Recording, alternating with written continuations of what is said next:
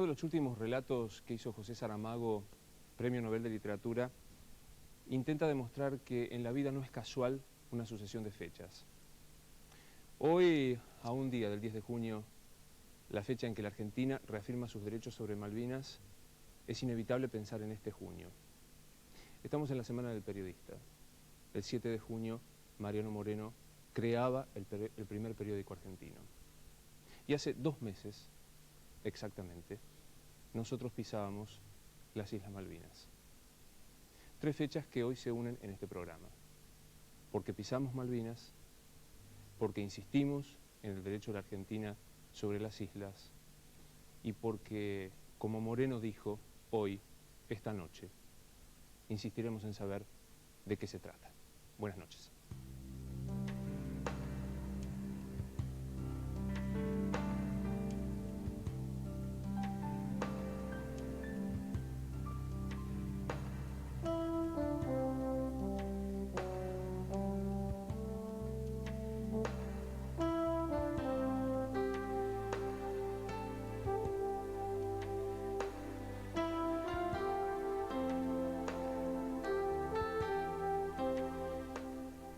Buenas noches, general Menéndez. Gracias por estar con nosotros. Buenas noches.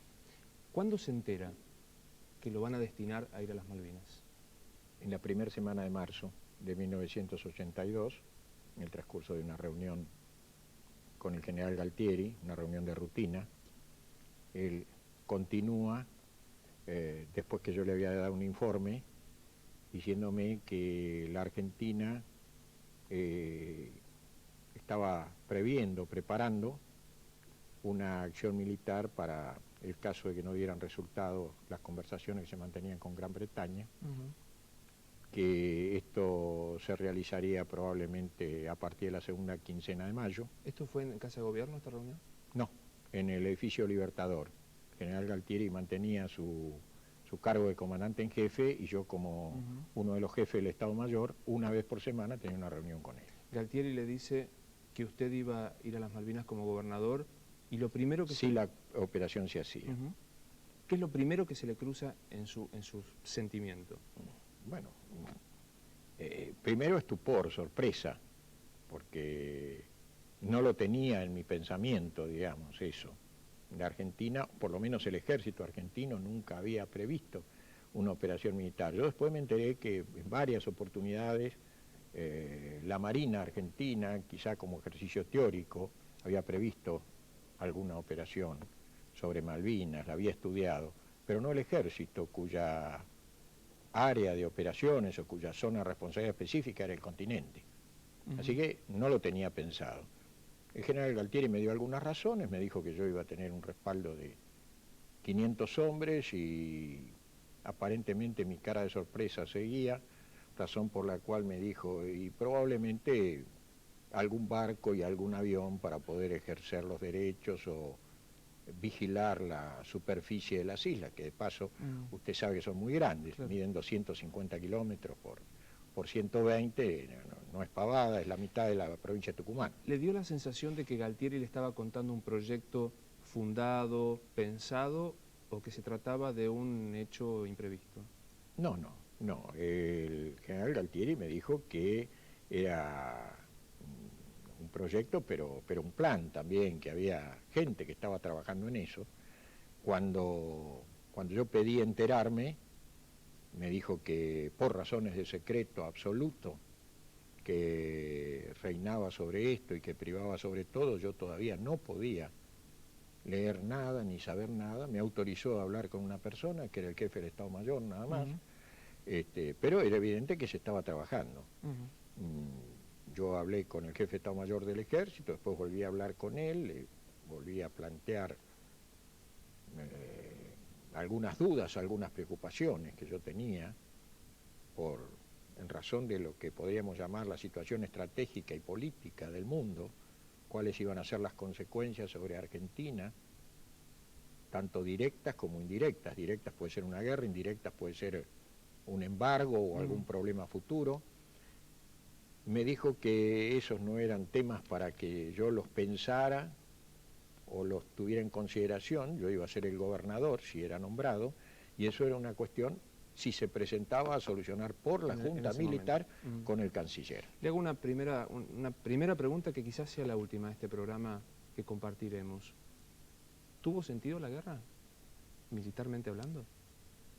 Mire, es muy difícil, entraríamos quizá a la sabiduría del después. Yo creo que los acontecimientos fueron llevando a la guerra, como un hombre que cree que va a cruzar un charco y se va metiendo en el charco hasta que el agua le da al cuello. El gobierno argentino no pensaba en la guerra. Cuando el general Galtieri me dice que a mí me van a respaldar 500 hombres de ejército al mando de un coronel, no puede estar pensando en una guerra contra Gran Bretaña. ¿No pensó en que vendrían los ingleses?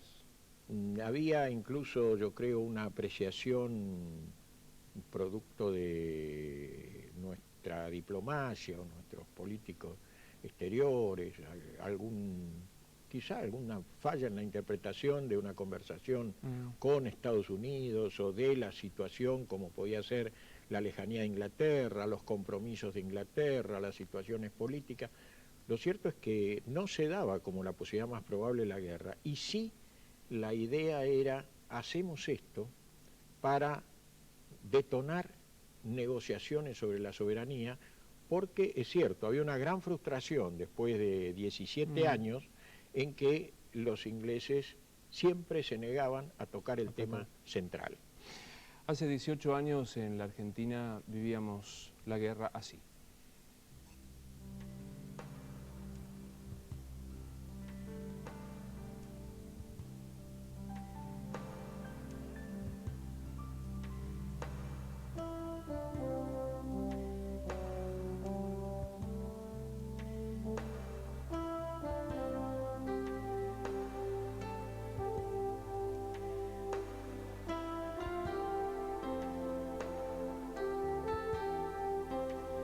Desde mediados de los años 60, la situación respecto de Malvinas era favorable en el terreno diplomático a la Argentina.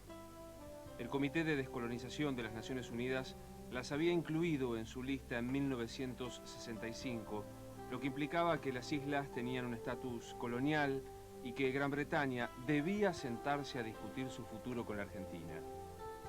Hacia 1973, la Asamblea General de Naciones Unidas manifestó su preocupación por la falta de progreso en el tema de la soberanía debido a la intransigencia británica. Sin embargo, pasaron varios años y el Reino Unido solo dilataba la cuestión, buscando una excusa que le permitiera posponer sin término las conversaciones sobre la soberanía. En marzo de 1982, la oportunidad se presentó servida en bandeja, cuando un grupo de trabajadores argentinos se encontraba desmantelando una vieja factoría ballenera en las Islas Georgias. Estos solo podían ser transportados hasta aquella región a través de los buques de la Armada Argentina. Gran Bretaña, que había autorizado el ingreso de los trabajadores por medio de su embajador en Buenos Aires, fabricó literalmente un incidente diciendo que se había enarbolado una bandera argentina en las islas e inmediatamente ordenó el envío del buque antártico Endurance para desalojar a los argentinos de las islas. La Junta Militar entendió que se trataba de una maniobra para movilizar tropas a la zona, justificando su actitud ante la comunidad internacional en una supuesta agresión argentina. Por otra parte, el general Galtieri necesitaba con urgencia un hecho que mejorara su imagen interna, que se deterioraba cada día al conocerse las atrocidades y las violaciones a los derechos humanos que se habían cometido. Ganar una guerra podía haber hecho que este grupo de desprestigiados militares pasara a la historia como quienes recuperaron la soberanía de las Islas Malvinas, Georgias y Sandwich del Sur, tras 133 años de usurpación británica. La orden, claro, no se hizo esperar. Comenzamos a hacer la planificación, como le he dicho, con muy pocos oficiales. Ello hacía que la planificación fuera lenta. Queríamos hacerlo en un marco de gran discreción para que nada trascendiera. Pese a que altos jefes de las Fuerzas Armadas expresaron su falta de preparación para el combate en un tiempo tan corto, la Junta Militar encabezada por el general Galtieri ordenó el 1 de abril que se diera comienzo con la invasión a las islas. Si los ingleses los británicos se enteraban, con tiempo, podían hacer dos cosas que para nosotros iban a ser fundamentalmente difíciles de superar. Una era el refuerzo importante de la guarnición en Malvinas y otra era la aparición en el Atlántico Sur de una fuerza naval considerable. Pero este movimiento no pasaría de ninguna manera desapercibido por los británicos.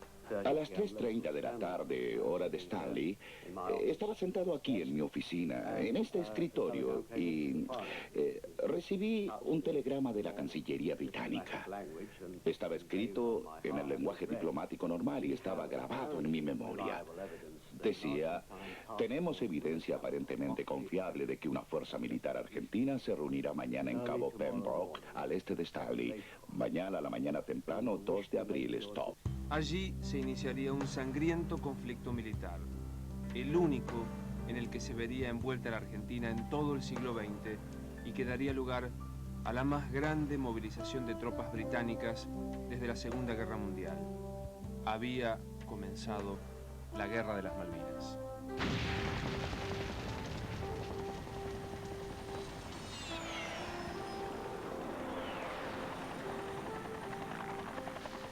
Junta militar, mediante la conclusión exitosa de una operación conjunta, ha recuperado las Islas Malvinas, Georgias y Sandwich del Sur para el patrimonio natural.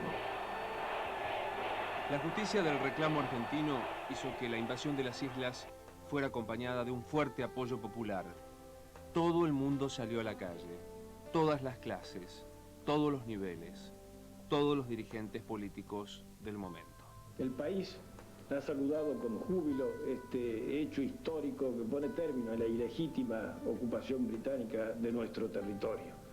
El pueblo argentino, por encima de las discrepancias internas de sectores o partidos, es capaz de mostrarse unido frente a las grandes causas como esta. Queridos todos, pues en este momento no puedo decir un nombre en particular, pues todos somos uno solo. He seguido con emoción, paso a paso, este hermoso gesto de ustedes y de la televisión argentina. Pongo a disposición un cheque por 9 millones de pesos, porque hoy, al recibir la comunión en la iglesia de Estela Maris, pedí por todos los hijos de las madres argentinas. Sé que debo en estos momentos ser parte, pues tengo 3 hijos queridos allí. Pero pueden estar seguros que mi esposo defenderá esas islas hasta las últimas consecuencias. Pido que esta tarde, lo hacemos ahora, antes de entonar el himno nacional, se haga un minuto de silencio por esa juventud que entregó su vida.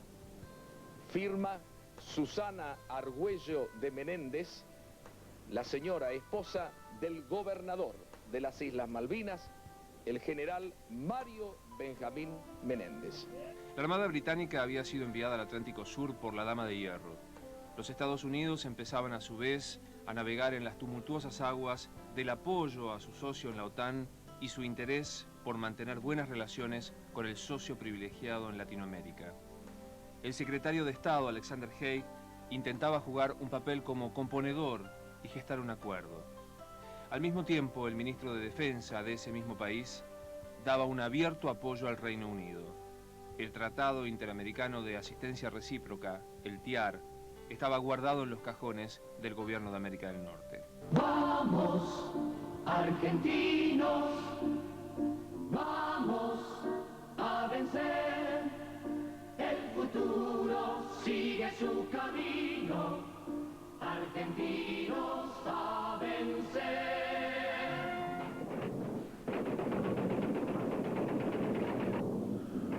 8:23 de la mañana se repite el ataque contra Puerto Argentino con mucha mayor intensidad. Antes habían sido 2 aviones que habían bombardeado el aeropuerto con escasa suerte. Ahora el tiroteo es mucho más intenso y se ve que además otro de los blancos es el mercante argentino que está en la bahía.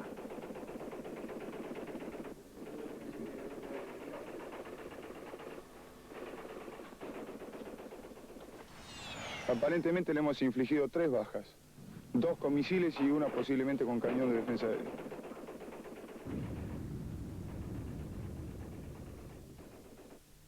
Nos han traído una triste novedad, y es que hasta ahora habría de nuestro lado 9 muertos y más de una veintena de heridos. Aparentemente uno de los impactos del avión enemigo dio de lleno en una carpa repleta de soldados que estaban durmiendo.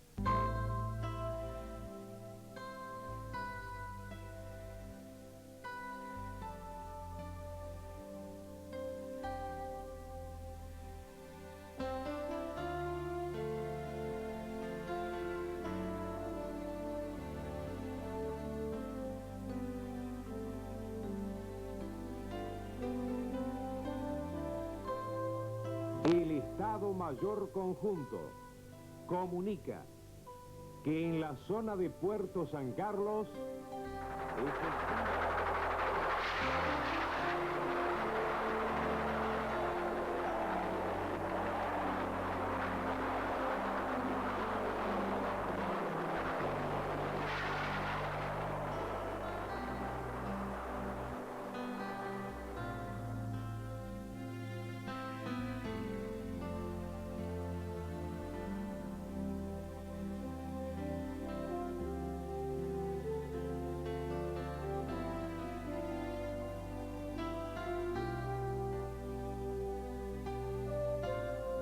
aviones de la Fuerza Aérea Argentina atacaron a una fuerza inglesa que intentaba desembarcar en Bahía Agradable, 16 millas náuticas al suroeste de...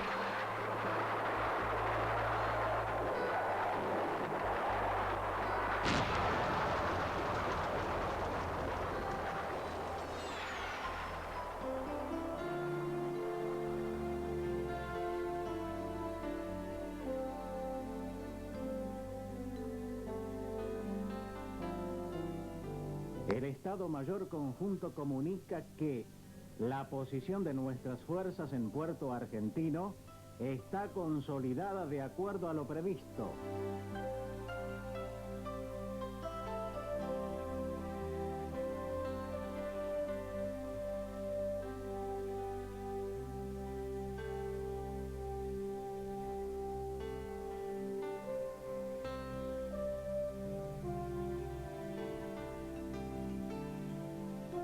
El combate de Puerto Argentino ha finalizado.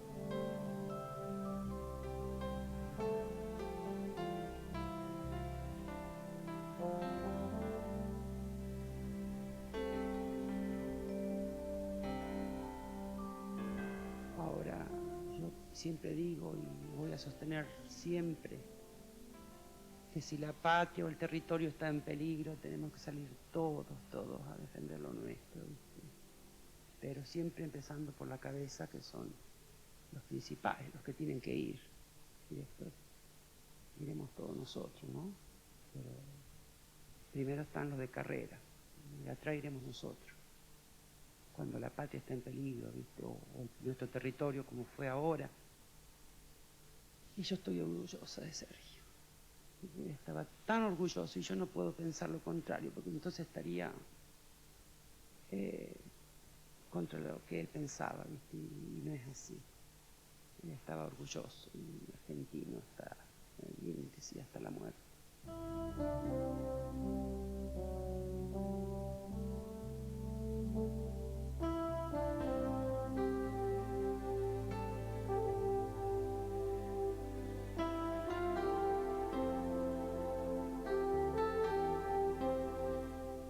¿Qué siente viendo estas imágenes? ¿Qué siente cuando ve estas imágenes?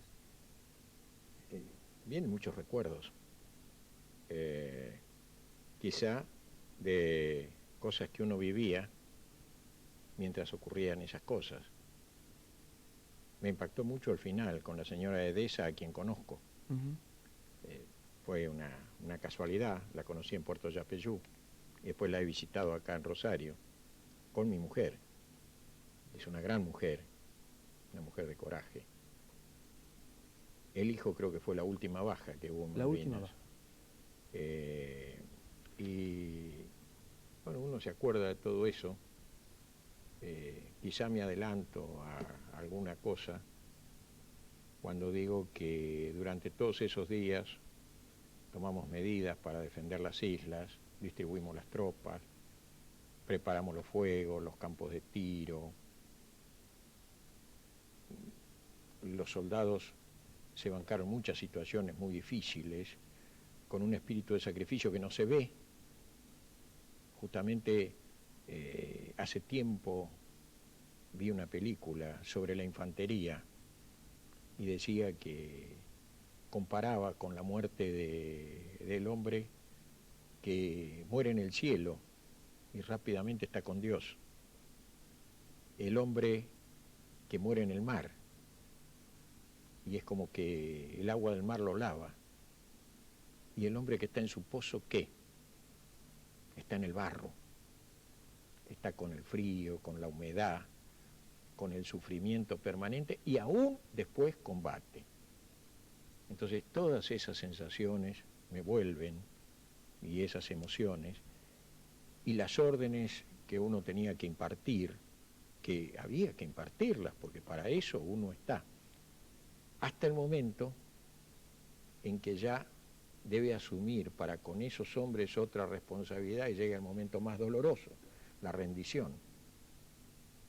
Entonces, todo eso es cuestión a lo mejor que sugieren estas imágenes que hemos estado viendo, inclusive a lo mejor la euforia que se vivía acá en el continente, la información triunfalista, que me adelanto a decir, no motivada por lo que nosotros mandábamos de Malvinas, sino vaya a saber cuáles eran las motivaciones y cómo se manejaba acá.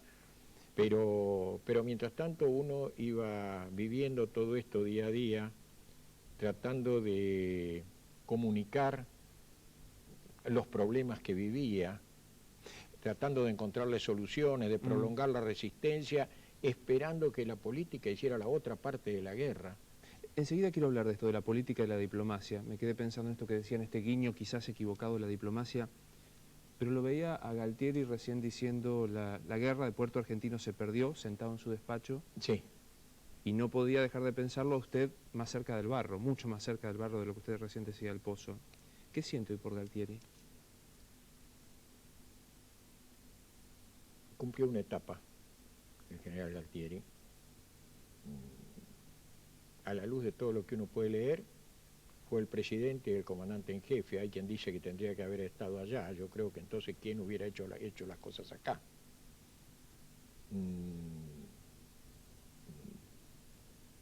Actualmente nunca me consideré amigo del general Galtieri, fue un subalterno. ¿Lo trata hoy día? No. ¿Por decisión personal? Supongo que sí. Enseguida volvemos.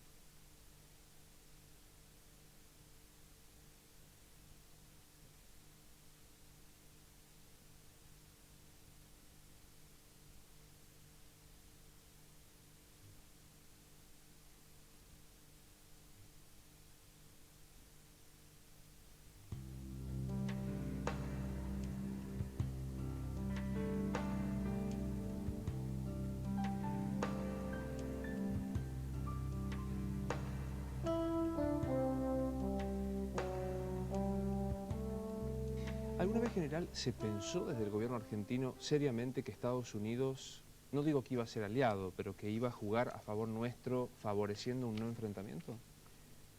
son de las preguntas que yo no puedo contestar, porque el cargo que yo ocupaba, o mi nivel, aunque todo el mundo cree que cuando uno es general sabe todo, pero un general de brigada no sabe tantas cosas.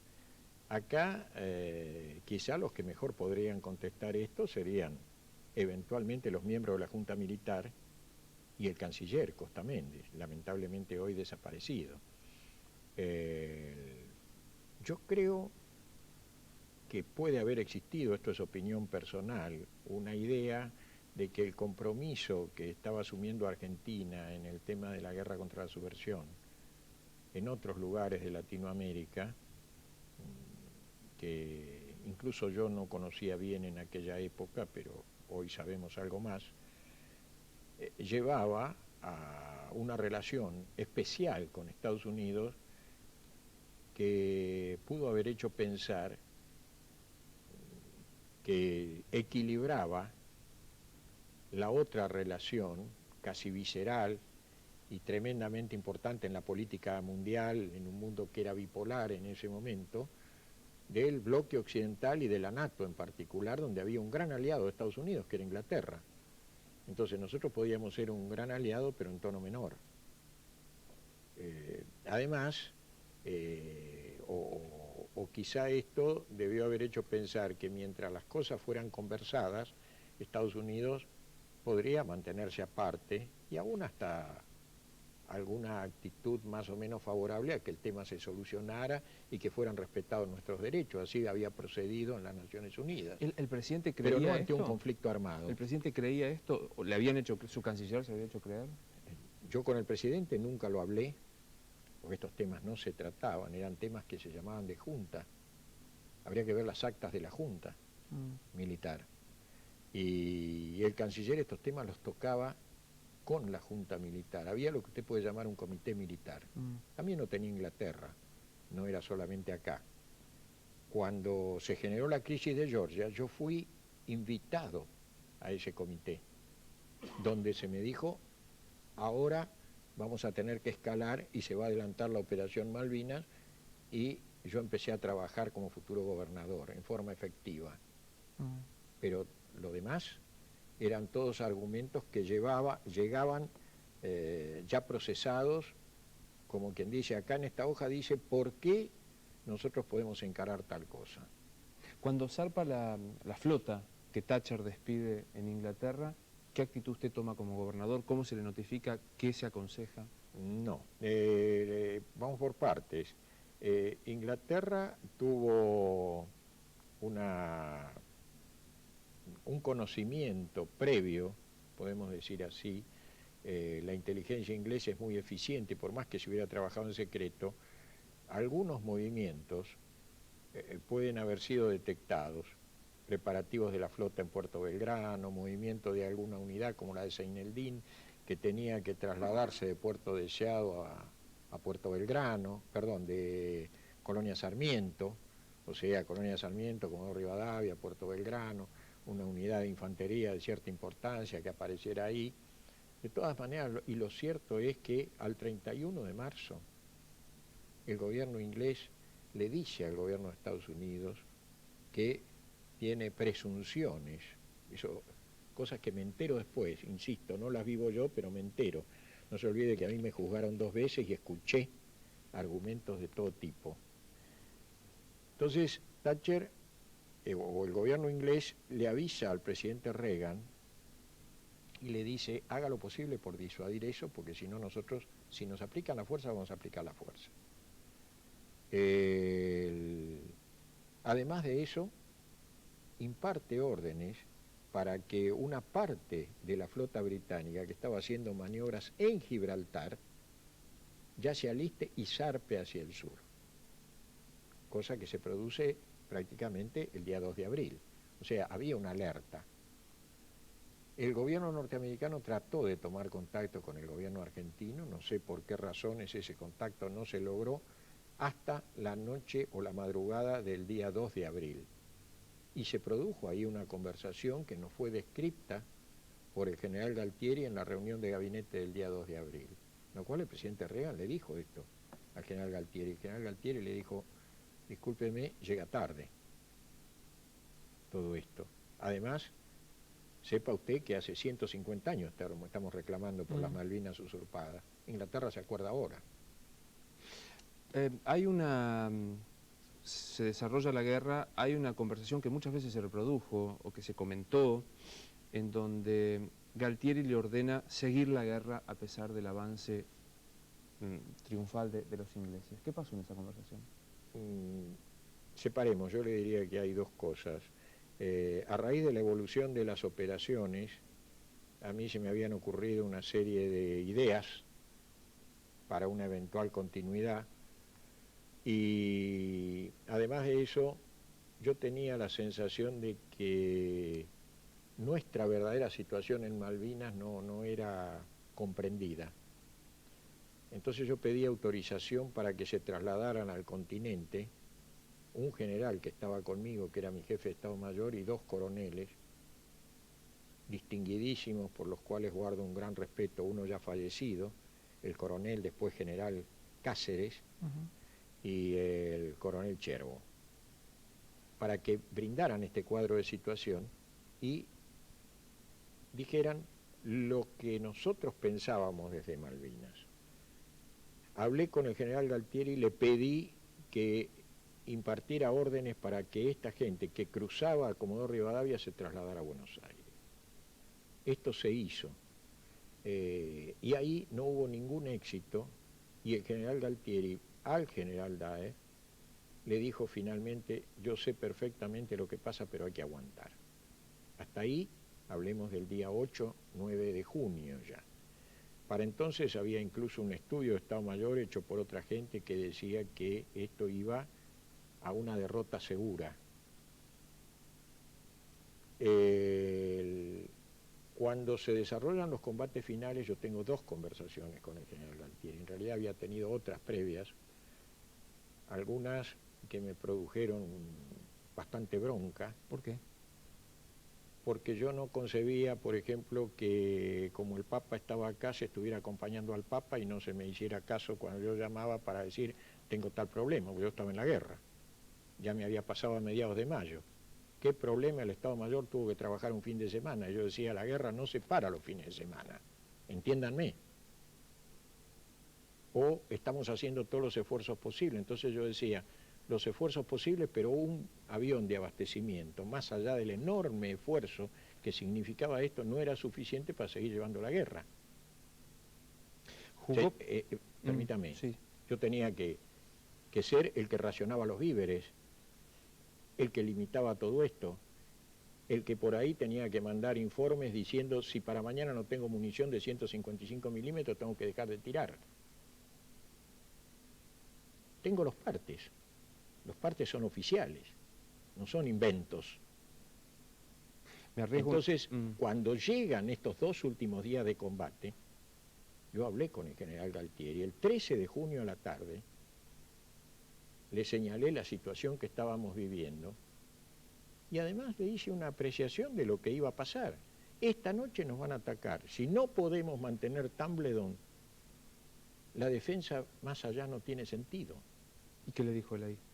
Bueno, Menéndez, qué sé yo, usted pierda cuidado que nosotros vamos a hacer todo lo posible, pero yo quiero que usted lo sepa, porque es necesario que quien ejerce el máximo poder esté prevenido. Y le digo en este sentido no solo el general Galtieri, porque era una junta militar con el almirante Anaya y el brigadier Lamidoso, los tres tenían que saber. Y tenían que pensar qué había que hacer en esas circunstancias, como país. No como general que está a cargo de un pequeño teatro, aunque después resulte el mascarón de proa para todo. A pesar de esto lo mandó resistir. El día, así, hasta ahí venimos. El día 14 de junio, a las 8 de la mañana, el jefe del BIM 5 le comunicó al general Joffre, que era el comandante de la defensa de Puerto Argentino, puesto por mí, y en cuyo puesto de comando yo estaba al lado: señor, ya no controlo la posición de mi unidad ante el ataque inglés. 8 de la mañana del 14 de junio.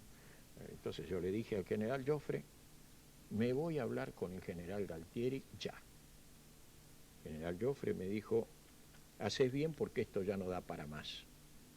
porque ya no había posición. Entonces, todo lo que viniera después era muerte sin sentido. Y ahí va un poco también la pregunta o mis reflexiones y lo que yo me acuerdo. Porque usted muchas veces se hace la pregunta, debió haber sido antes, se pudo aguantar un poco más, fue en el momento justo. Cuando trato de hablar con el general Galtieri, primero me atiende otra persona, la cosa se demora, yo lo urgí para que fuera lo antes posible, y ahí sí, después se produce la comunicación con el general Galtieri, aproximadamente 11, 11 y media de la mañana. Le describí la situación al general y me empezó a hacer una serie de reflexiones sobre posibilidades de contraataque, de sacar a las tropas de los pozos. Y ahí, no sé, creo que perdí un poco la paciencia. Le dije, creo que usted no me entiende. Y terminé diciéndole, a estos soldados no les puedo exigir más de lo que han peleado. Me arriesgo una pregunta casi... Y a partir de ahí, le volví a preguntar después, porque yo había hecho, si se quiere, una proposición política previamente, con respecto a la resolución 502 de Naciones Unidas, una cosa que no me correspondía y que me fue criticada. Pero espero que se pongan en el cuero y en la cabeza del que está ahí en Malvinas. Entonces, le dije esto al general Galtieri, y cuando él me dijo que él no podía tomar resoluciones de este tipo, le dije, pero yo puedo esperar algo. No sé qué esperaba o qué podía esperar en ese momento para intentar prolongar la resistencia. O una resolución política, o, no sé, resolver el envío de la flota, cualquier cosa. Me dijo, no tengo nada para ofrecer. Entonces yo estoy dispuesto a asumir una vez más las responsabilidades que me corresponden como comandante, le dije. Y le corté la comunicación. Las responsabilidades como comandante de las tropas en Malvinas, así como las había mandado hasta ese momento, a partir de ese instante, era aplicar una frase que no es mía, es del general Clausewitz, un grande de la guerra. El buen general debe saber cuándo la batalla está perdida y obrar en consecuencia. La consecuencia para mí fue aceptar un cese del fuego que mandaron los ingleses, y que quede claro, no lo mandaron para ahorrar vidas, lo mandaron diciendo que los argentinos habían dado pruebas de su bravura en todos los combates anteriores. Y por lo tanto acepté el cese del fuego y después me reuní con ellos. Enseguida vamos a hablar técnicamente de la guerra, pero le hago una última pregunta de este bloque. Mucha gente, muchos ciudadanos, y me incluyo, solemos pensar, Galtieri ordenó esa invasión y esa guerra por una cuestión personal y política.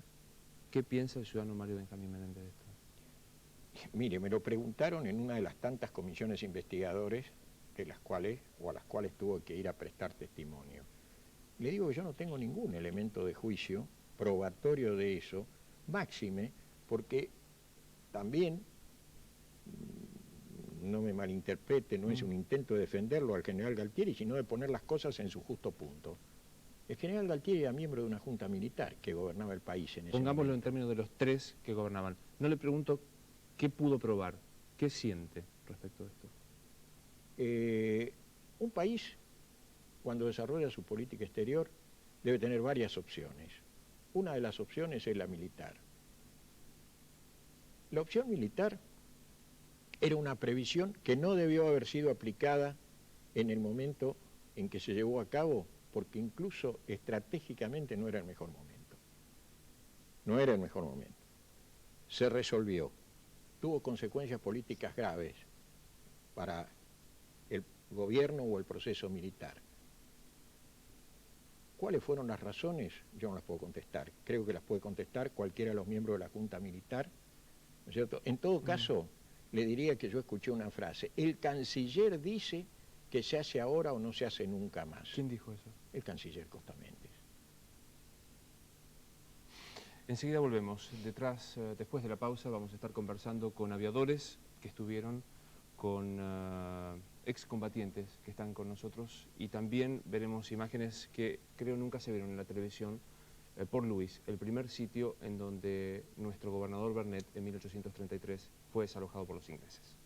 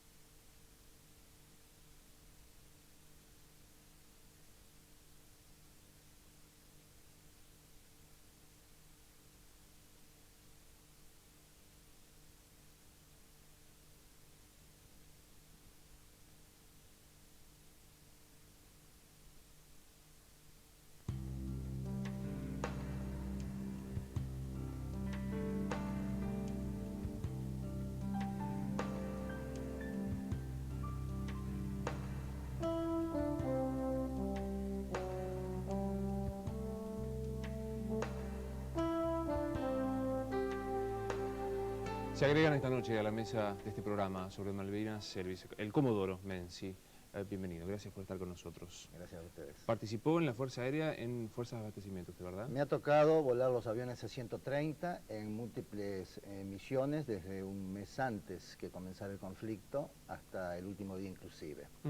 Realizamos operaciones de exploración y reconocimiento y también, y las más importantes que a mí en particular me tocó realizar, han sido las de reabastecimiento en el aire a los aviones cazabombarderos. A tal punto esto del reabastecimiento, y lo conversábamos fuera de cámara, que está el vicecomodoro Gerardo Isaac. Bienvenido, gracias por estar con nosotros. Muchas gracias. Les ha tocado volar juntos con el comodoro Menzi y de hecho lo ha reabastecido, ¿no?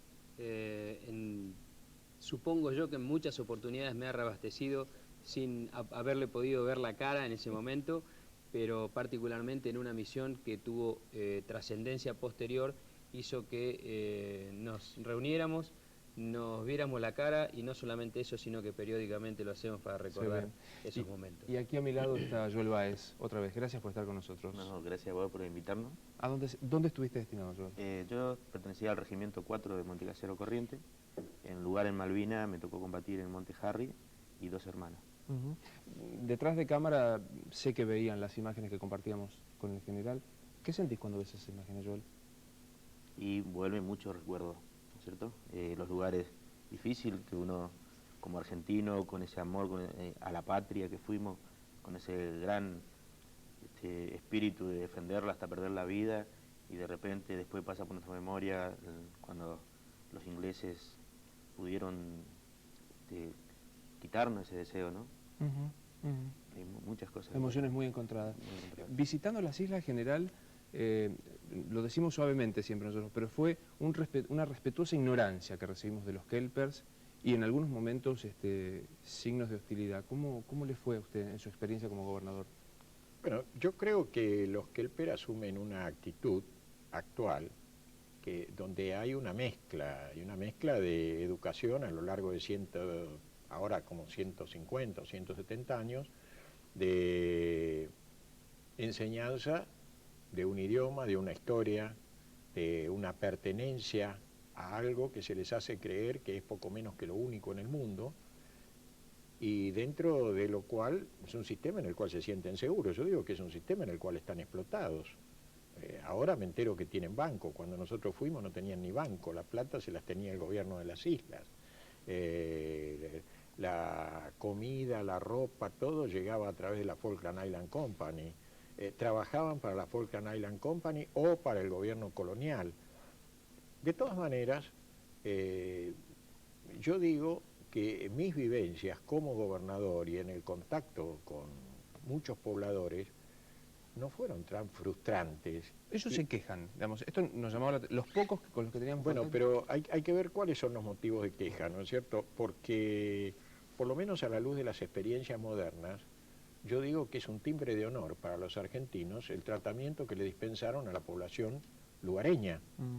Fíjese usted que no hubo un caso de violación, y no porque los argentinos no sean hombres. No hubo un caso de agresión física. Investigamos hasta los pequeños robos. Pagamos indemnizaciones cuando por ahí alguien se comió una oveja, y la oveja se comió no por gusto, sino por hambre. O sea, la conducta de los argentinos en Malvinas fue ejemplar. Ahora, si ellos se quejan de que se les puso toque de queda y no entienden que a la noche, cuando los ingleses cañoneaban, era mejor que estuvieran en un lugar donde había un sótano que estaba revestido de ladrillo y piedra para que estuvieran más seguros, hubo un grupo de kelper, con 2 ingleses a la cabeza, que decidió quedarse afuera. Dijo que no, que a ellos no se los podía obligar a ir allá. Entonces se los autorizó. Son las únicas bajas civiles que se produjeron en Malvinas. ¿Cómo fue? Producto del fuego de artillería naval inglés. El general Moore tuvo que pedir disculpas. Por supuesto que dijo, si los argentinos no hubieran resistido, ustedes no hubieran muerto. Sí, obvio. ¿Cómo fue la relación como combatiente, Joel, con los lugareños? Con los kelpers. Yo tuve la suerte de no tener contacto con ellos. Los lugares de la altura de Monte Harry es montañoso, estábamos en el medio de la montaña, había un camino que cruzaba cerca por ahí y un casco de una estancia que enseguida los mismos isleños abandonaron el sector, ya que los bombardeos ingleses eran muy intensos y ellos mismos abandonaron y creo que se fueron a Puerto Argentino. Me equivoco y el general me corregirá, pero la Fuerza Aérea fue, no quiero decir la estrella porque no creo que corresponda este término, vicecomodoro, pero fue reconocida con honores incluso por los ingleses, por la actuación. Bueno, yo creo que la Fuerza Aérea no fue la estrella, sino que fue un elemento componente más de las fuerzas argentinas que pelearon por nuestros derechos en las Islas Malvinas, y el hecho de haber recibido algún tipo de mención o algún tipo de reconocimiento exterior es simplemente porque tratamos de hacer lo mejor posible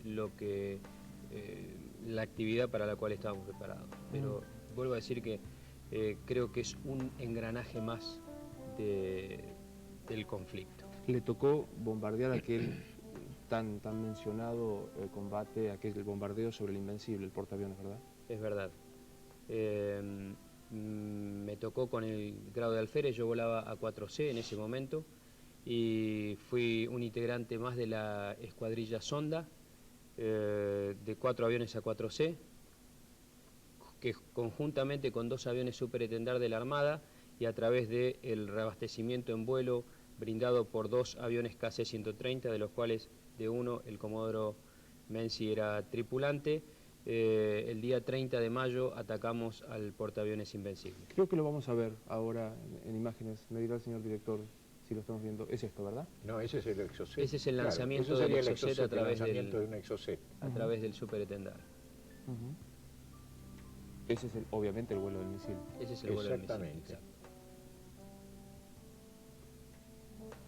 Y ahí el impacto. Exacto. Este ataque se realizó, como dije, conjunto con los superetendar. Volamos juntos hasta el momento del lanzamiento del misil. Los superetendar lanzan el misil, que debo acotar que era el último que tenía la Argentina en ese momento. De los 5 que habían sido adquiridos quedaba solamente uno. 2 se le habían lanzado al Sheffield, 2 al Atlantic Conveyor y este era el último. Posterior al lanzamiento terminan su trabajo los super y vuelven, y nosotros 4 continuamos tras la estela del misil para lanzar nuestras bombas de 250 kilos sobre la estructura del portaaviones. En este tramo final de ataque son derribados el jefe de la escuadrilla, que era el primer teniente Vázquez, y el numeral... Rosario? No, este es otro Vázquez. El Vázquez de Rosario es el alférez Jorge Alfredo Vázquez, que es compañero mío y que amigo personal aparte, y que falleció en un ataque en inmediaciones de Bahía Agradable con un avión A4B. El número 2, el primer teniente Castillo, muere también en el ataque final, en este tramo final.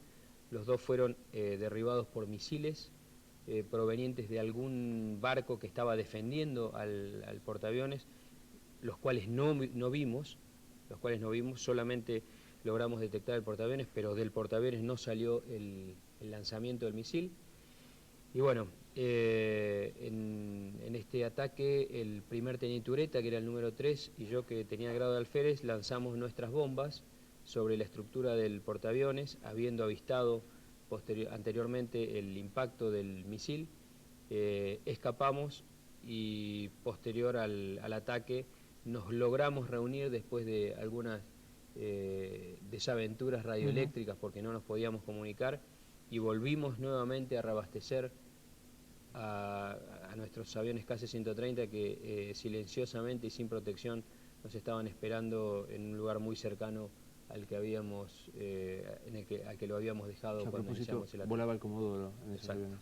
¿Qué siente cuando ve esas imágenes? Cuando ve estos recuerdos. Cuando veo estas imágenes, siento un profundo dolor porque vuelven a mi mente recuerdos de los que día a día no volvían, de los que quedaban en la batalla, defendiendo ese pedazo de tierra que decimos que es nuestro, poniendo todo de suyo, todo de su parte.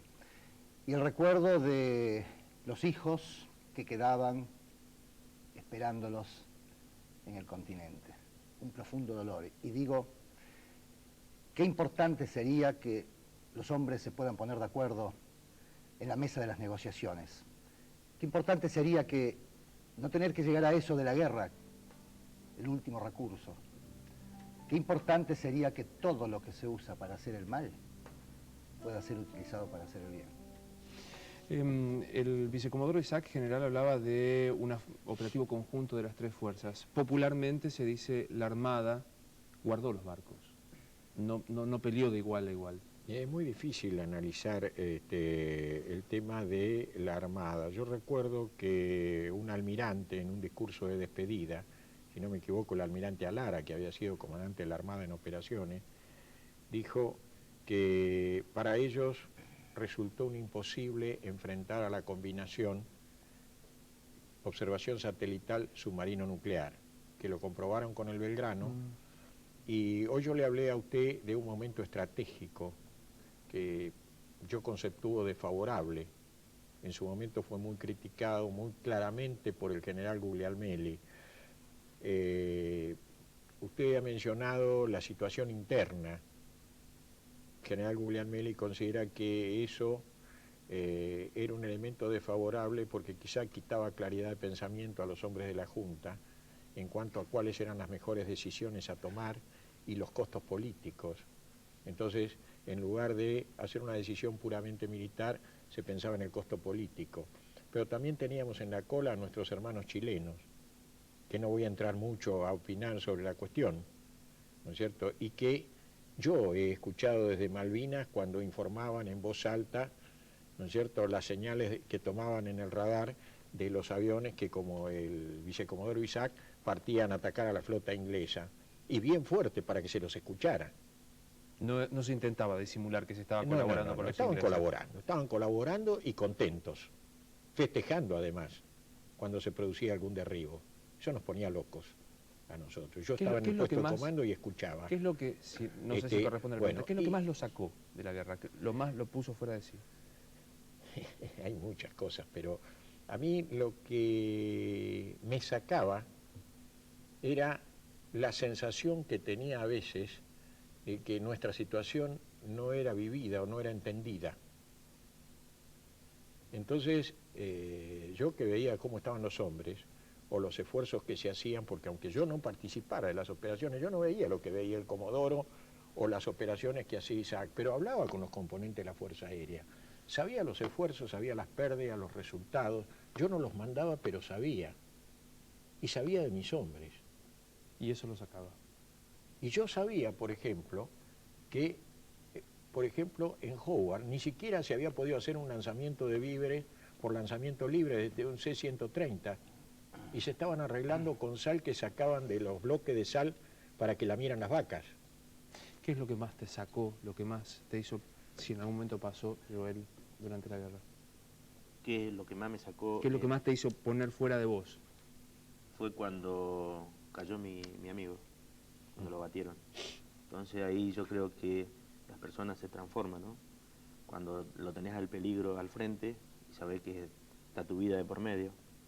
Entonces, hasta hoy mismo me pregunto, ¿qué me pasó en el momento?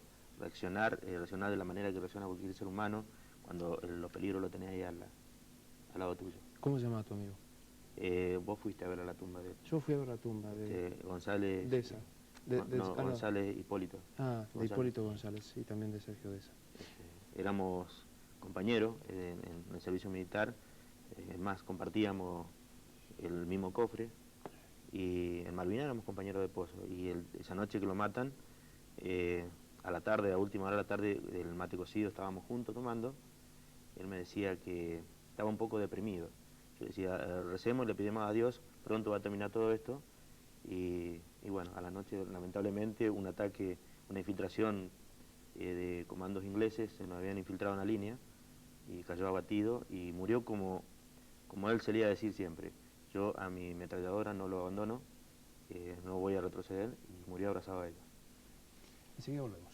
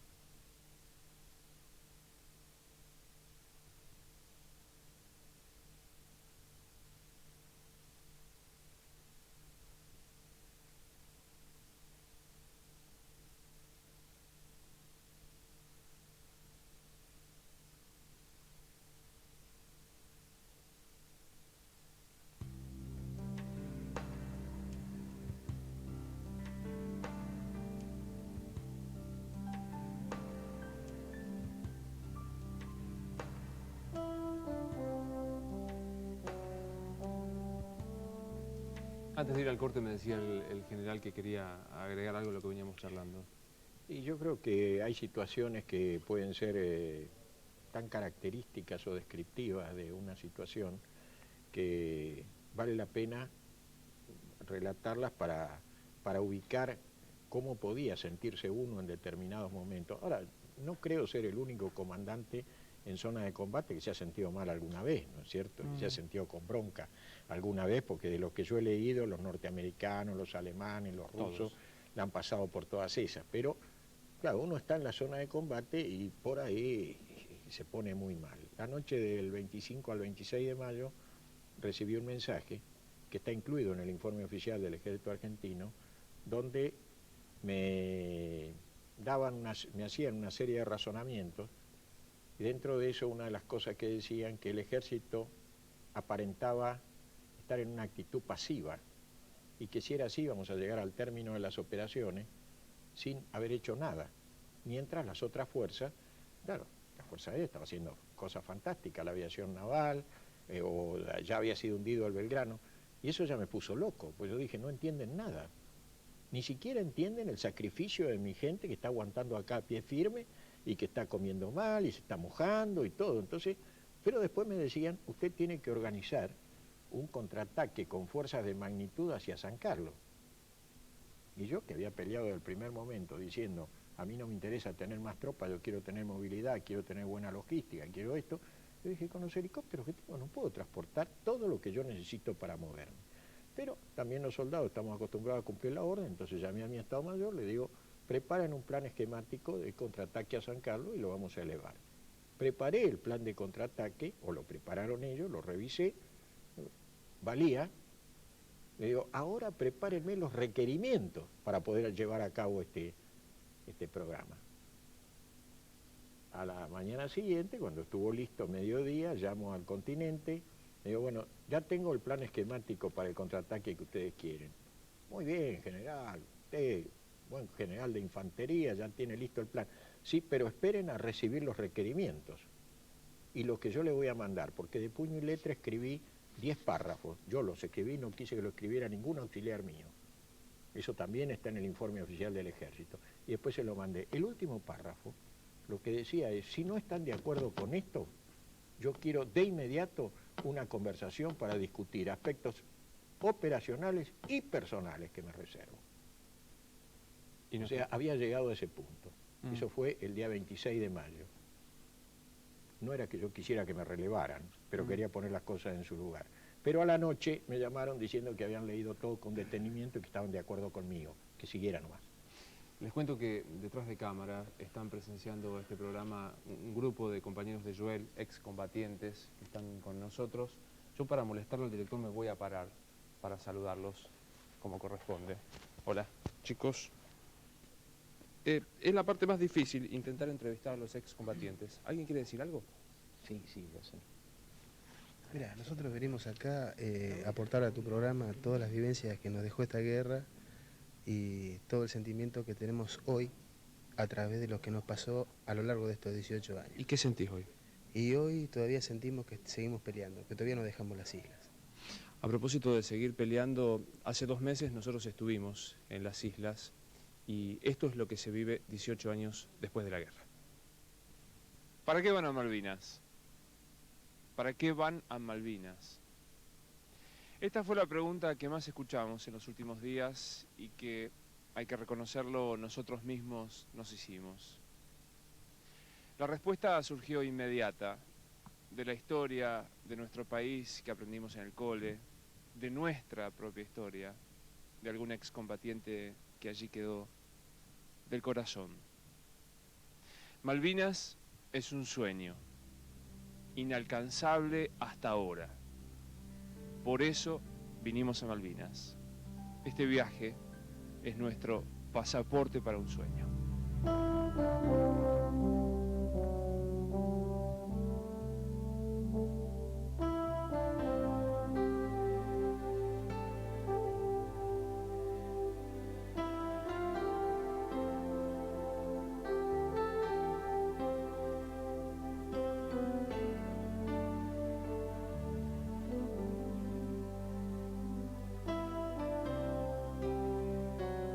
Quizá fuera el prejuicio sobre la tierra desconocida. Quizá las únicas imágenes que había de ellas, las de la guerra. La expectativa por llegar a Malvinas, por conocer su suelo, era arribar a un lugar gris, ventoso, de rocas.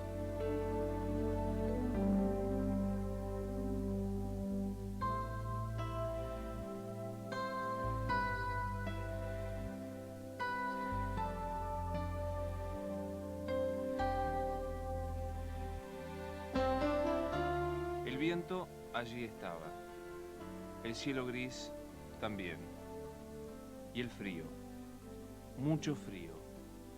Sin embargo, nuestra visión se inundó de un paisaje maravilloso. Un mar ruidoso de irresistible magnetismo rodea un paraje pequeño, pintoresco, reserva natural de especies animales con peligro de extinción, que cuando el sol sale, poco, es cierto, transforma la bahía de Puerto Argentino en una postal que nada tiene que envidiarle a nuestra Patagonia, o a Escocia, o a cualquier lugar soñado.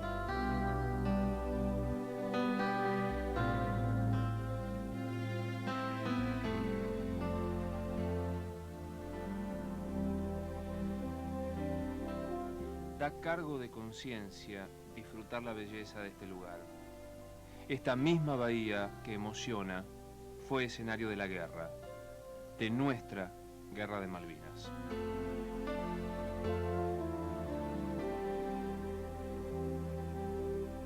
Quizás el único denominador común entre argentinos y británicos en las islas sea el recuerdo de la guerra.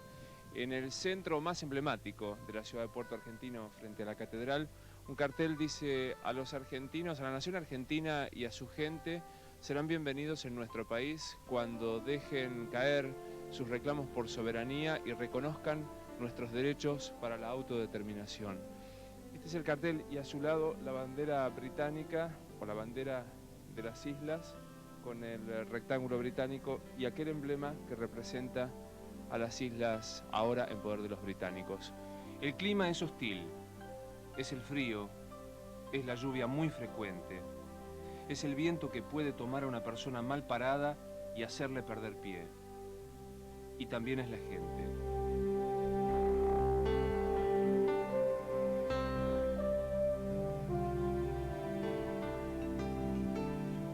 Nadie de los isleños se acerca a los argentinos, mucho menos a un periodista.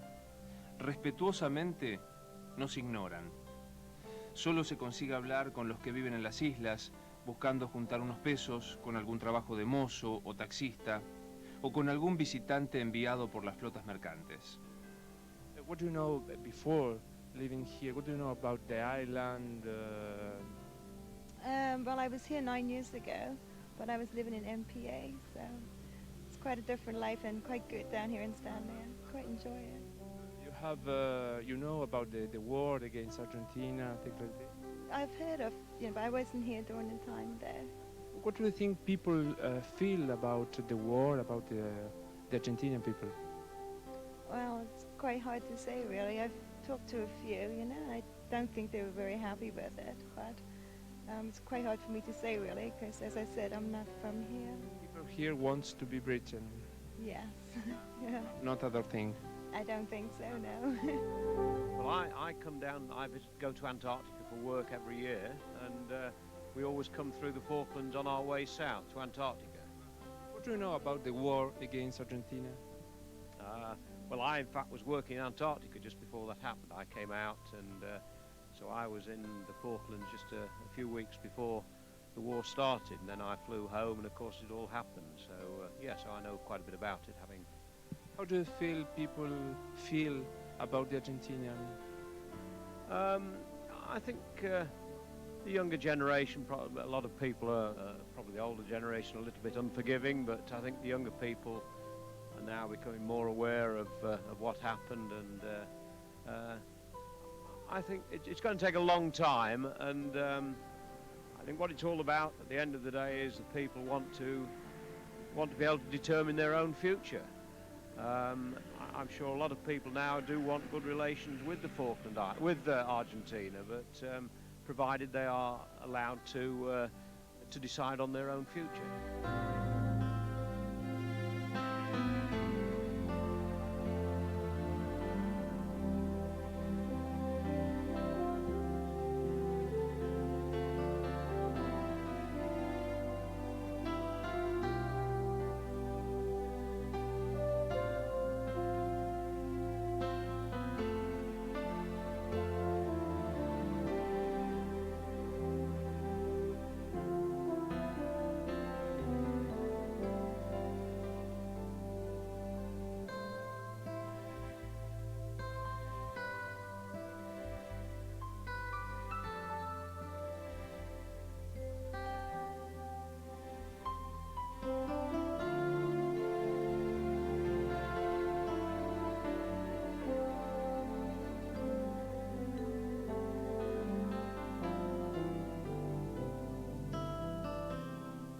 manuales de historia de nuestra escuela secundaria aprendimos que en 1833 el gobernador Vernet fue echado por las tropas inglesas. Esas pocas líneas conocidas casi de memoria en la escuela nos llevaron a recorrer unos 120 kilómetros por una precaria ruta de ripio que en 2 horas nos hizo llegar a Port Louis. Allí desembarcaron los marinos franceses, los primeros que pisaron la tierra de estas islas. Las mismas que fueron cedidas por Francia a la corona española cuando se firmó un tratado por el que las Malvinas eran del Virreinato del Río de la Plata. El paraje, fundado por habitantes de Saint-Malo, los Malouins, origen del futuro nombre de Malvinas, es el más bello que hemos visto. Todavía subsisten, erosionadas por el paso del tiempo y por el clima, las ruinas de las primeras casas levantadas por los antecesores del gobernador Vernet. El cementerio francés y el español están allí. Hoy, todo Port Louis es una estancia, propiedad privada. Y en este camino aparece aquí el resto de un helicóptero, aparentemente argentino, que cayó en la guerra de 1982. Todavía los restos que, como en la mayoría de los casos, no son quitados a 30 metros de este camino.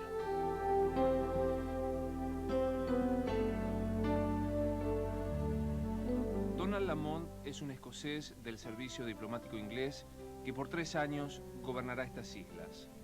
Habla un fluido castellano perfeccionado en su paso por Uruguay. Antes de las Malvinas, sus destinos fueron, entre otros, Rusia y la ex Yugoslavia. Su residencia oficial y su casa son las más antiguas de Puerto Argentino. Un edificio de 2 pisos, con mucha luz, y un cuidado jardín se asoman a la bahía. El mismo jardín en donde perdiera la vida el capitán Giacchino, el primer soldado argentino que murió en la guerra, caído en la avanzada de nuestras tropas para tomar la sede de gobierno. Pues yo creo que nosotros tenemos un interés en común en trabajar juntos para bien manejar los recursos que hay en el mar del Atlántico Sur. Claro que no es fácil debido a la diferencia que tenemos sobre la soberanía, pero lo que no es bueno para ustedes o para nosotros es que otros vengan para explotar sin observar ninguna reglas. ¿Se atreve a hacer, no digo futurología porque no nos dedicamos a esto, pero una perspectiva de cuál será el destino de las islas, cómo seguirá esta situación? Bueno, yo creo que una cosa que es muy difícil ver un cambio en la situación, que la gente que vive acá quiere vivir como británicos y bajo una administración británica. Esto me parece un hecho. Ustedes están acá, no hay que solo recibir lo que yo digo, pero yo creo que los contactos que usted puede tener van a mostrar este. Si es un dado para nosotros, esto no prohíbe una relación amistosa y cooperativa con Argentina. Hay que reconocer la diferencia que hay y el impacto de los acontecimientos de 82 que han cambiado mucho y limitan, yo diría, las posibilidades en el futuro próximo. El impacto por el resultado de la entrevista fue inédito. Por primera vez, un integrante del Foreign Office reconoce públicamente a una cámara de televisión que Gran Bretaña estuvo dispuesta a negociar la entrega de la soberanía de las islas a nuestro país. Corría la década del 60. Sí, bueno, yo leí muchos documentos también cuando tenía que ver con Argentina y las islas desde el fin de 82 durante 3 años. Y yo diría que, bueno, un canciller británico que dijo una vez que las guerras cambian las cosas. Entonces, lo que había pensado un gobierno británico, no solo un gobierno, pero gobiernos británicos en una cierta etapa de la historia, bueno, llegó el 82 y tenemos, bueno, otro contexto, diría.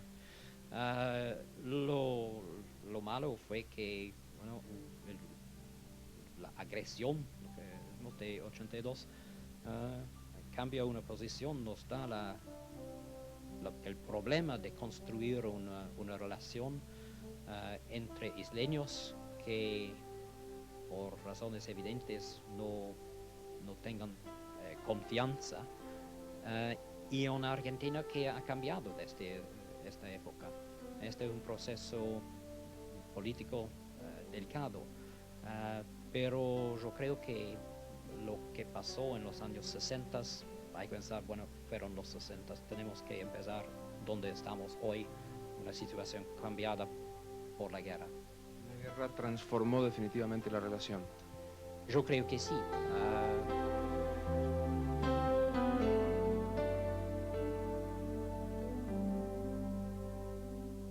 Desde la ventana de la casa en donde nos alojamos se divisa a la altura de un monte.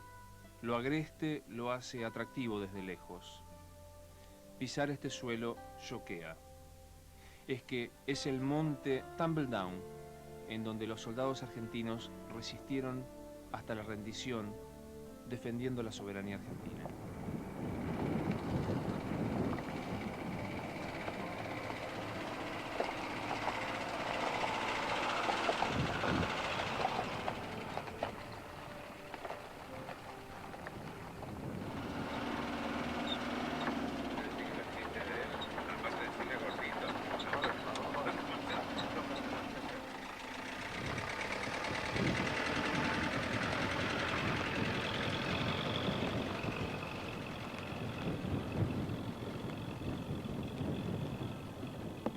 Yes, it was the last night before the surrender.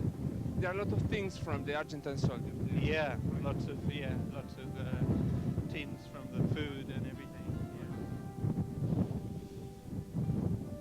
Yeah. Bueno, ahora estamos subiendo hacia lo que es la cocina, supuestamente el sitio más resguardado de este lugar, en donde funcionaba la cocina de los soldados.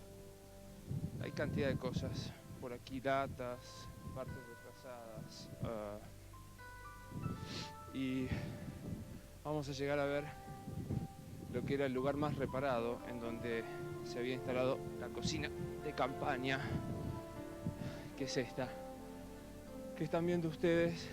Esta parte del monte es la que más reparaba los soldados. Es impresionante, uno tiene en cuenta que está apenas empezando el mes de abril y sin embargo el frío es desesperante, y los soldados estuvieron aquí hasta el 13 de junio, en donde el 14 se iba a firmar la rendición. Bueno, por aquí aparecen cantidades de cosas. Hay restos de tanques, de latas, hay latas de bebidas. Esto parece ser, bueno, cable de, sí, ¿no? Cable de comunicación, una frazada. Esto evidentemente era lo poco que tenían para guarecerse aquí en esta zona, que insistimos es la más reparada de este lugar. Y allí, si ustedes alcanzan a ver, se ve claramente la bahía de Puerto Argentino.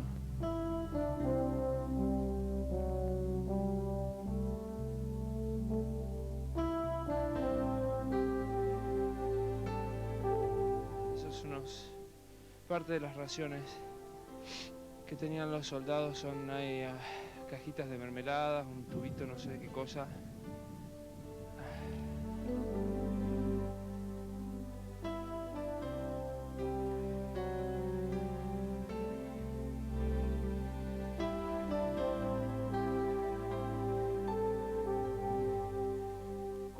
Sólido, Laboratorio Industrial Farmacéutico, Armada Argentina.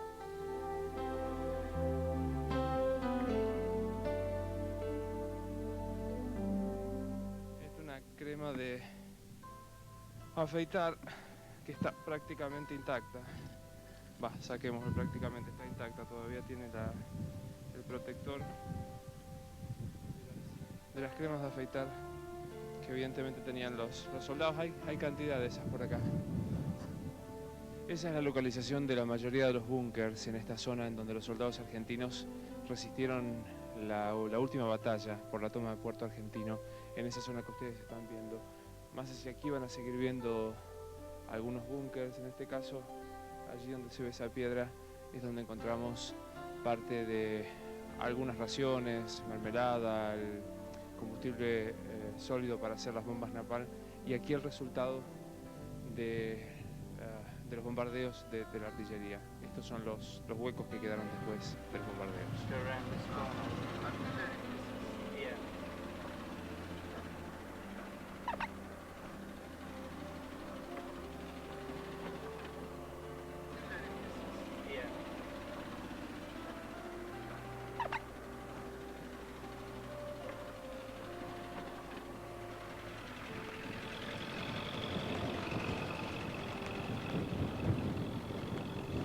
Mientras lo saludo a Jesús Casco, otro excombatiente, gracias por estar con nosotros. Vos estuviste, le quería pedir al señor director si puede retroceder un segundo para ver qué era eso que veíamos recién, ese cañón. Un cañón 105, un cañón retroceso. ¿Cómo lo llevaban eso? ¿Cómo lo transportaban? Y era imposible llevarlo hasta el cerro, no había camino, así que lo llevábamos los grupos de infantería, lo alzábamos al hombro, empujando. ¿A mano? A mano. ¿No había helicóptero? No podían trabajar el helicóptero en la zona porque era derribado por los enemigos. Jesús, estuviste en... Es eso que estamos viendo ahora, exactamente eso. El peso yo no tengo la menor idea, pero debe ser una cosa impresionante. Es pesado. Es pesado. Jesús, estuviste en Tumbledown vos, a donde veíamos esa cocina, hasta el último momento. Hasta ahí, hasta el último momento. Después de las 11 de la mañana, del 14. ¿Qué te provoca ver esto? Y la verdad me pone algo muy fuerte. Muy fuerte. Conversando con el general Menéndez, con el vicecomodoro y con el comodoro, sobre cómo se sintieron por los que estamos en el continente, si se sintieron comprendidos o no. ¿Vos te sentís hoy día comprendido? Muy poco. Muy poco. Para mí muy poco. ¿Y qué te gustaría que se hiciera? ¿Cómo te gustaría ser reconocido vos y tus compañeros? ¿Qué sé yo?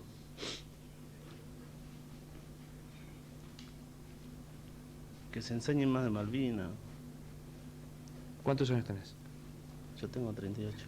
Voy a cumplir ahora en agosto. ¿A qué te dedicas ahora? No, ahora. ¿Estás desocupado? Estás desocupado. ¿Y podés cobrar la pensión? Sí. ¿Es indiscreto si te pregunto cuánto cobras? No. ¿Cuánto cobras? Y 300 pesos por hora. Se hace duro vivir, ¿no? Sí, muy duro. Tu vida es antes y después de Malvinas, ¿no? Sí.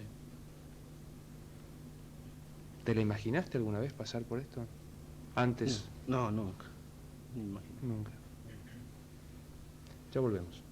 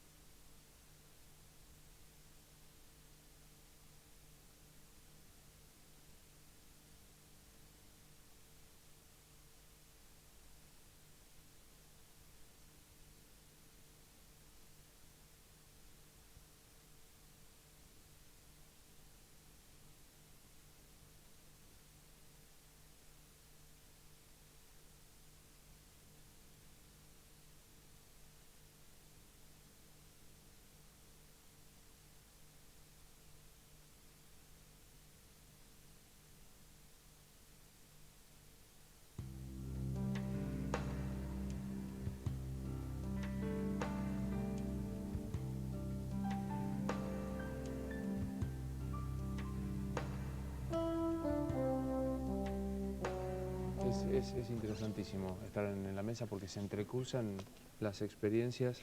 No sienten nunca que han terminado de contar o de analizar la guerra, ¿no? Lo que pasa es lo siguiente, cuando uno se pone a comentar cosas, es como abrir un arcón de recuerdos y compartirlos e intercambiarlos. Acá hemos presenciado los comentarios, por ejemplo, del Comodoro y del Vicecomodoro, cada uno desde su punto de vista en la Fuerza Aérea. Yo los escucho a los veteranos, me voy acordando de cosas que yo percibí de distintas acciones, ellos me pueden escuchar a mí, me pueden preguntar, por ahí a lo mejor dudas que tienen se las van sacando, y yo también me saco dudas, ¿no es cierto? Y voy llegando, esto prácticamente lleva 18 años, y sin embargo todavía para nosotros no ha terminado. Ni creo que va a terminar mientras tengamos vida. Una gran frustración de los que estábamos aquí era cuando se produjo aquella donación masiva de cosas y de chocolate, y es muy fuerte en el museo, después supongo que veremos las imágenes, y nos enteramos, la pasaron mal porque pasaron hambre. ¿Pasaron hambre? Así es, hambre porque, no quizás porque no había en Puerto Argentino, porque después nos enteramos que había alimento en Puerto Argentino. Lo que pasa es que había lugares muy comprometidos. No había forma de llegar. Yo me acuerdo cuando nos quisieron abastecer, no me acuerdo, era la Fuerza Aérea, un helicóptero, que nos llevaba municiones y alimentos, creo que era, y lo derribaron. Y después los camiones, que más yo era un conductor de un camión, en una oportunidad fui atacado por aviones Harrier. Entonces era imposible de abastecer. Había que sostenerse en el lugar y llevar adelante el conflicto, ¿cierto? Y aguantar con lo que teníamos. El hambre, mientras que estás combatiendo, no tenés hambre. Eso es la peor mentira. No se siente. El instinto de supervivencia es más fuerte que cualquier cosa. Es importante que todo esto, que son experiencias, sirvan para ser aplicadas, tenidas en cuenta, y que realmente el trabajo coordinado sea todo un hecho. Planificar operaciones, establecer procedimientos y que luego apoyar todo eso haría de que las operaciones fueran más eficaces. Sería interesante, no digo que se hace o no porque no estoy dentro de una fuerza armada en este momento en actividad, pero son experiencias que aplicadas darían mejores resultados, no digo en guerras futuras, sino en trabajos conjuntos que deben encarar todas las fuerzas armadas en general y en todos los ámbitos de la vida, ¿no? ¿Cuál es el recuerdo más fuerte, Vicecomodoro, que tiene suyo sobre una aeronave? Bueno, cuando tratamos el tema de la guerra en general, el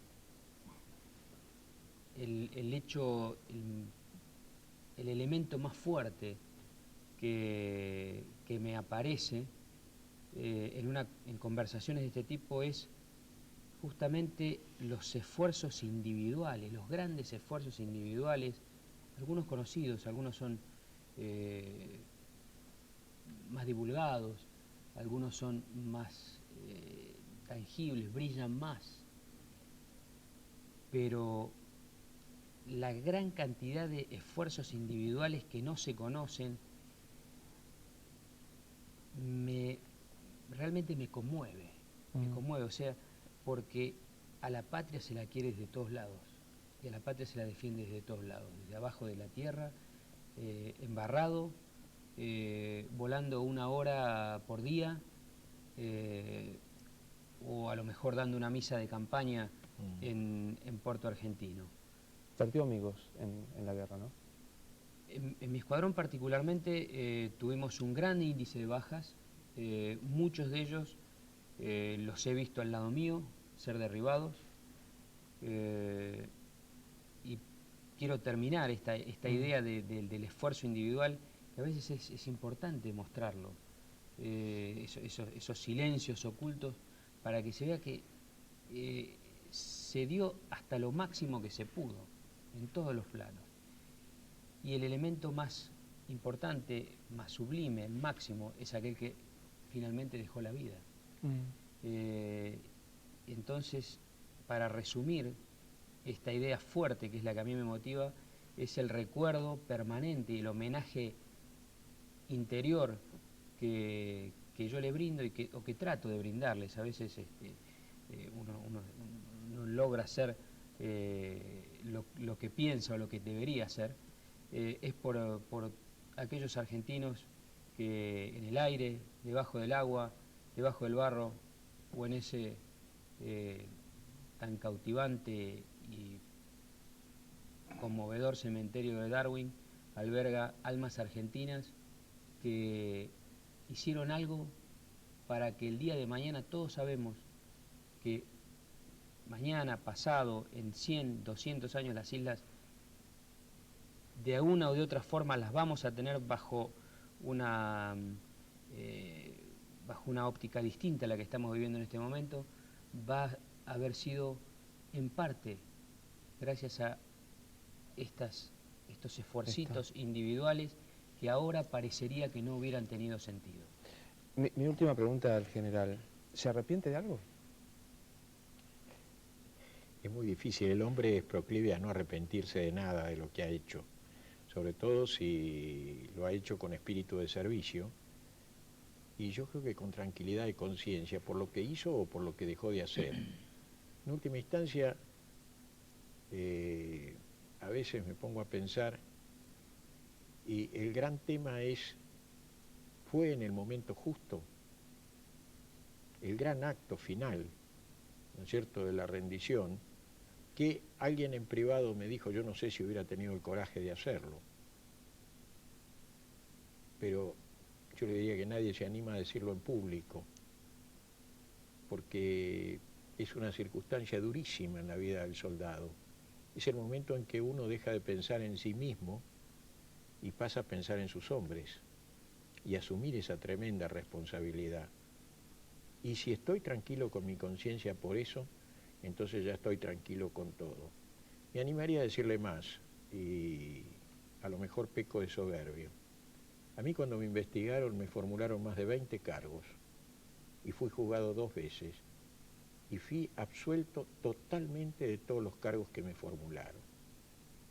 Y hasta pedí un tribunal de honor en el ejército para que juzgara mi propia conducta en cuanto a la ética y al honor militar. Y se me dijo que no hacía falta. Por lo tanto, realmente, no sé, tendría que pensarlo, vea, me deja pensando para otra, para la próxima, y decir, ¿debía haberle dicho que no al general Galtieri? ¿Un soldado hace esas cosas? ¿Debió haberle dicho que no a Galtieri? Yo pienso que como soldado no debía, no podía. Le puedo hacer una reflexión respetuosa y no lo quiero embretar con su condición de general. ¿Qué siente cuando dicen el borracho Galtieri mandó a los chicos a las islas? Me parece una barbaridad. Porque no está adecuado eso a lo que era llámele usted, la organización política del proceso militar. Había una junta militar. La que resolvía era la junta, no el general Galtieri. Y en cuanto a la asignación de borrachos, yo le puedo decir que al general lo he visto tomar, pero no lo he visto borracho. Si alguno lo vio y tiene pruebas, que las presente. Pero sobre todo, yo creo que, y eso seguramente que me van a acompañar, y el Comodoro creo que ya lo dijo, o sea que voy a repetir, nadie más que un militar sabe los sufrimientos, los dolores que trae una guerra.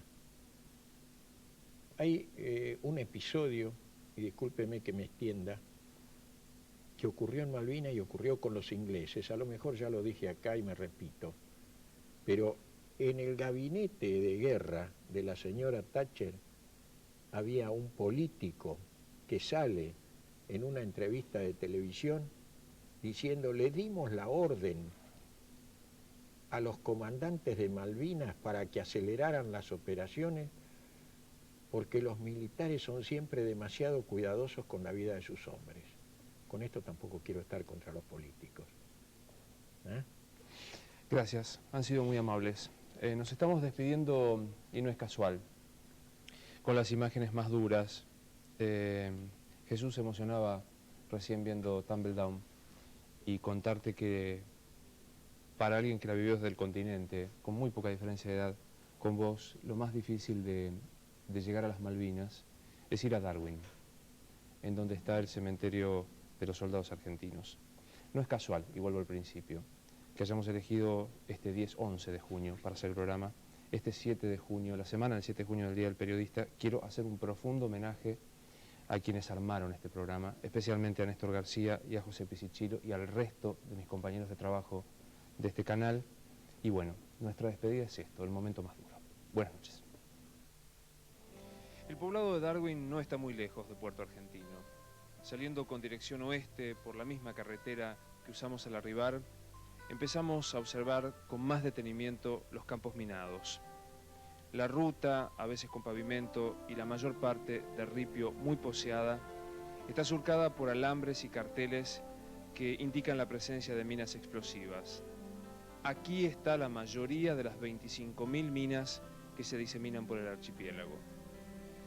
Después de 55 millas, unos 100 kilómetros más o menos, que nos llevan 2 horas de viaje, aparecen unas pintorescas casas de típico aspecto de la campiña escocesa, que apenas separadas por un sendero forman Darwin y Goose Green. Sin embargo, para nosotros no hay espacio para el espíritu bucólico.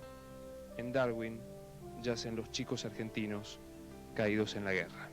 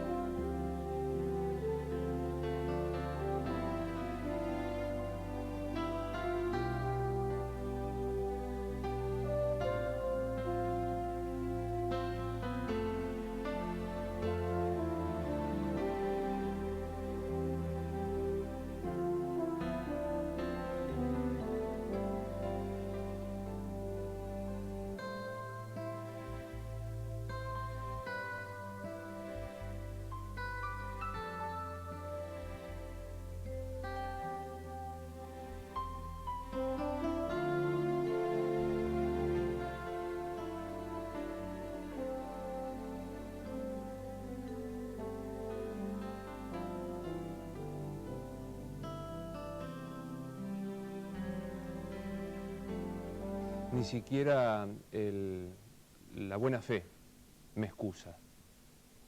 Pero cuando veíamos con nuestros invitados y el periodista decía a los chicos de la guerra, Joel dijo, no quiero dejar de decir algo con lo que vamos a cerrar el programa. Sí, realmente me duele esa palabra. Chicos, yo era soldado de mi patria, que puse tanto sacrificio por mi país, por mi patria, y me duele esa palabra chico, es como si fuera que le estoy dando lástima. Y yo en ningún momento quiero dar lástima. Fui a defender mi patria y si la tengo que hacer, lo voy a volver a hacer. Ahora sí, buenas noches. Gracias. Gracias.